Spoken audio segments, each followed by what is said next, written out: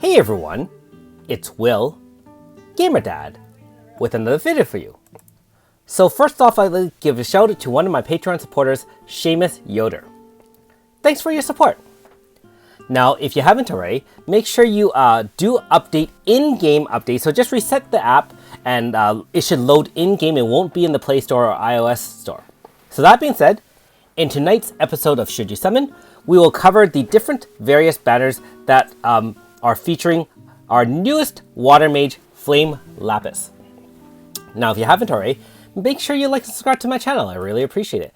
I also do have a Patreon account for those who want to support me this way.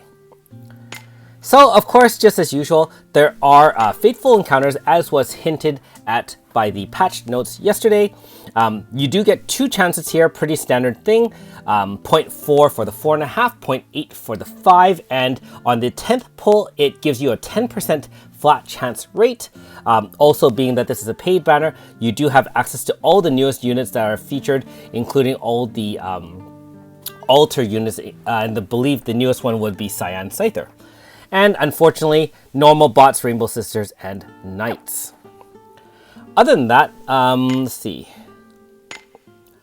The only other banner, of course, would be the standard free banner, and this is one that can be used with both paid stones or free stones.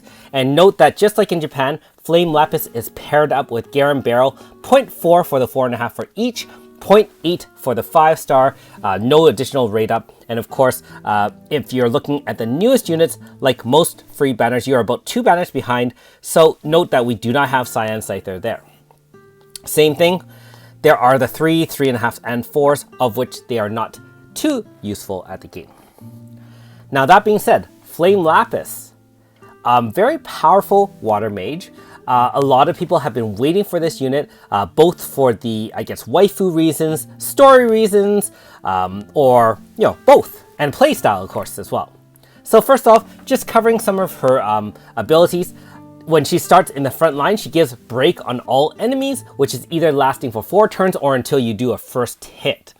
Not only that, she does have a 0 MP cost preemptive water AoE that guarantees crit, and you can use that for the first 3 turns of the battle. As you go further into the battle, and most of her mechanics are based on the first 3 turns, she is most powerful in the first 3 turns. The damage does go down a little bit for her preemptive attack. Usually though, to be fair, the fact that she is applying break right off the bat, you're essentially doing double damage, and so the fight should end right there for most weaker mobs and even some weaker bosses as well. Now, not only that, she does have some water resistance debuff that, again, if you do in the first 3 turns of the battle, it gets double the effect. So instead of having a 30% resist down, it's going to be a 60% water resist down. Very, very useful. Really high abilities to help your water DPS team do a lot of damage. And keep in mind that because she is a mage, she can function really well on water magic type teams. And we do have a team you can form, actually the team being Eva, ES Negi, Mighty if you want to use, and Flammelapis. And you can obviously use multiple zones, either Magic Zone from Eva, you can use Starry Seas from ES Negi, and you can just do a ton of damage that way. But back to Flammelapis herself. Remember that she can do a double debuff of water resist up to 60% in the first 3 turns. She also has a triple debuff, that is power, int, and speed, 30%. In the first 3 turns. After that though, she won't have that debuff, and so if you're relying on someone like Flammelapis to debuff the enemy, keep in mind that at the very latest, you can probably do it on turn 3, which increases, I guess, can last for 3 turns up to turn 5. And so hopefully you can end the fight relatively quickly within the first few turns. To be fair, there are a lot of 1-2 low turn clear setups, either using Melissa, Hardy, or even a 2-turn large AF might even end the fight right there and then. And keep in mind that after the HP stopper, if there is one, on turn 3 you still have access to some of the most powerful moves. Now, she has a 3000% mod super attack that is an AoE. So that is the crazy part. It's an AoE that does 3000, and that's among the highest DPS damage in the game so far that we've seen. And again, normally AoE attacks are much less in mod, and so the fact that it also, by the way, guarantees crit, and so on and so forth. However, if you do it after turn 3, it's going to be like Pry, where it's going to start stunning herself right away after doing the move and stun the beginning of the next turn. So you'll only be able to use it as a finisher after turn 3. But that being said, I mean, for the small disadvantage, you're doing tons of damage. And like I said, in the first few turns, you can do crap loads of damage. Finally, even if you don't want to use that 3000% combo, you can use the regular attack, which is a water type single target XL times 4, and increases damage depending on the number of buffs on her, and she can max out at 8 buffs for tons and tons of damage. Keep in mind that these buffs can be applied either during the battle from your teammates or yourself, or through gear, and gear does count. That is the crazy part. So 8 buffs is very similar to something like Yukino, where you can get that very easily, or even something like ASMU. And again, guaranteed crit. So yeah. Now, for all those things that we said that she's really awesome, I mean, should you summon, right? So keep in mind that there's a few banners still available. Obviously, AS Mystier. And a lot of people have asked about which one to go for, being that most people don't have a ton of stones. There's also Cyan Scyther is as your other option. So I guess if you're comparing Flammelapis to the other banners currently in the game, I'm not talking about AS Melina because I wouldn't recommend using her over any of the other current banners. I would say that if you have any form of Suzette, I would probably prioritize using stones towards either Flammelapis or Pluma Diana. The reason why is, sorry, spoiler alert. Cyan Scyther is also known as Alter Suzette. And if you do that, you can actually farm those opuses, although that might take a few months. Keep in mind that if you're free to play, you do have to prioritize grinding some of the materials and side grading that way to conserve stones for the future. I believe I do have a video on my Back to Basics channel that talks about the reality of free to play. You can search it up, or I'll leave the link below, and you can kind of see my thoughts and feelings about side grading versus straight summoning. Now, in the case of Flammelapis versus AS Mystier specifically, I guess I'll pose a couple of questions. Do you have Pisaka? If you have Pisaka as a song unit already, I would argue that AS Mystier isn't nearly as important, although keep in mind they do perform things a little bit differently. They both have their strengths and weaknesses. But if you're talking about unlocking that kind of mechanic so you have songs to kind of enhance your team, I would say that Pisaka would do just fine for the time being if you need to prioritize one unit over something like AS Mystier. Now, that's not to say AS Mystier is not good, and just saying that between the two of those, I would say that you probably can stay set on Pisaka already. Now, Flammelapis is also the same. Keep in mind that we did have a global first unit called Eva. I'm sure you've all heard of her in the past. You've probably seen me use a couple of them in a couple of her moves in some boss fights, and you've probably seen me burn 23,000 stones on Eva. Keep in mind that we knew that Flammelapis was coming, and I knew that when I was summoning a heck load of stones on Eva. No regrets, of course. And you have to remember that for Japan, they got Flammelapis first, then Eva.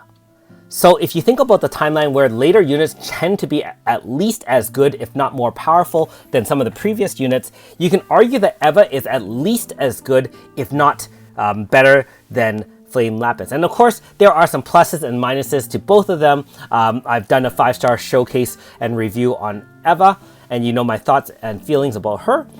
In terms of Flammelapis, if you already have an Eva, I would argue that Flammelapis isn't nearly as important. The reason why I say that is, regardless of whether or not you want to build a super powerful magic water team that has all those DPS, most major endgame fights only relies on one main DPS, a couple of supports, and either a zone setter healer or something that does both of those rules plus a dual debuffer. Flammelapis and Eva both have dual debuff if needed.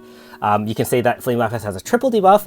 In terms of pure DPS, both of them would satisfy your requirements for massive DPS, at most stages of the fight. And in terms of support, I mean, you can say that Flammelapis does have some boosting. I didn't mention this earlier. Does give mental focus to all team. Most Magic Zone units can also do that. Also increases water type attack up for your entire water team. So very, very useful.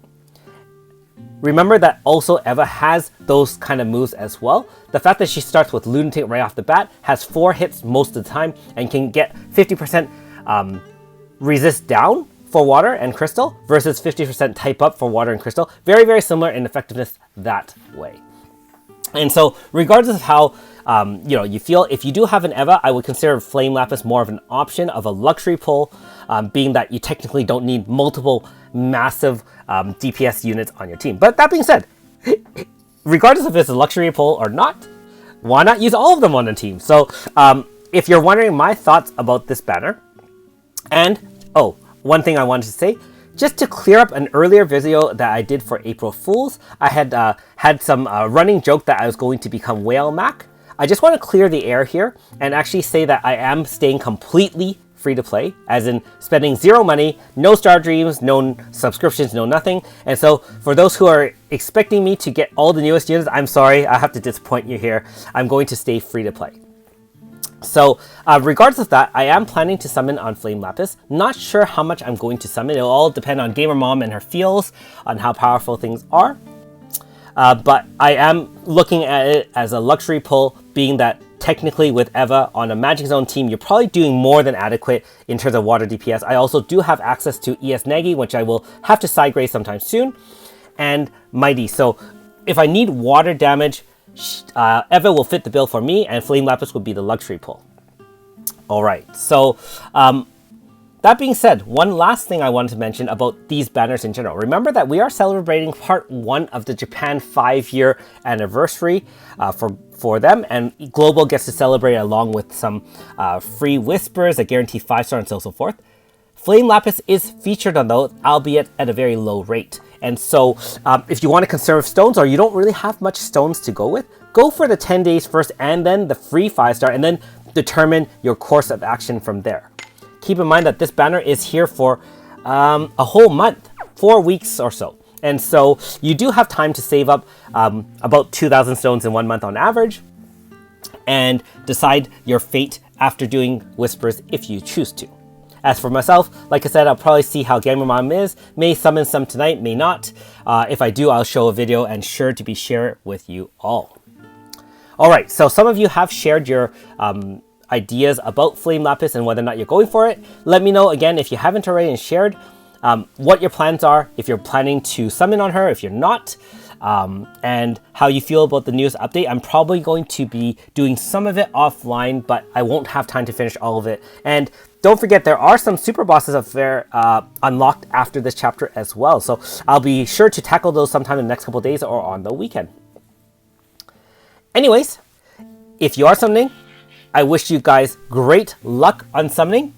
Hopefully you get all the units you want, tons of 5-stars. And that's pretty much it. Thanks for watching. We'll see you next time.